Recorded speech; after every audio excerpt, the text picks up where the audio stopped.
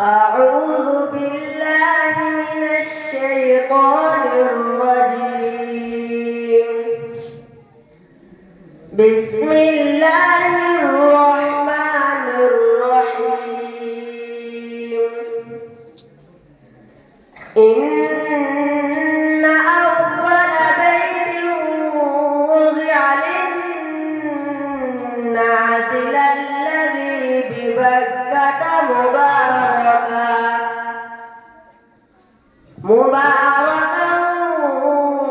وهدى للعالمين. فيه آيات بينات مقام إبراهيم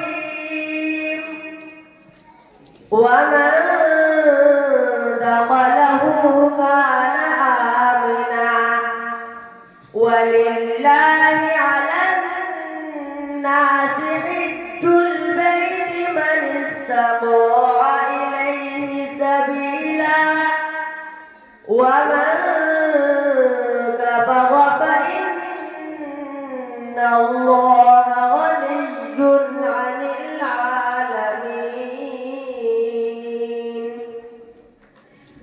قل يا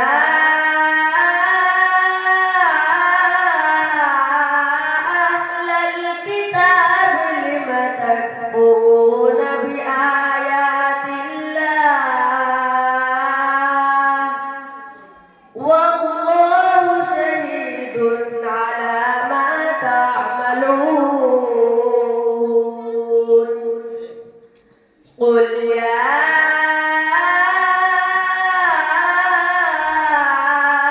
أهل الكتاب لم تصدون عن سبيل الله من آمن تبغونها عوجا وأنتم شهداء وما الله بغافل عما تعملون.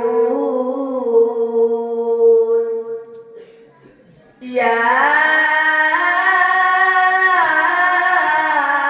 أيها الذين آمنوا إن تطيعوا فريقا من الذين أوتوا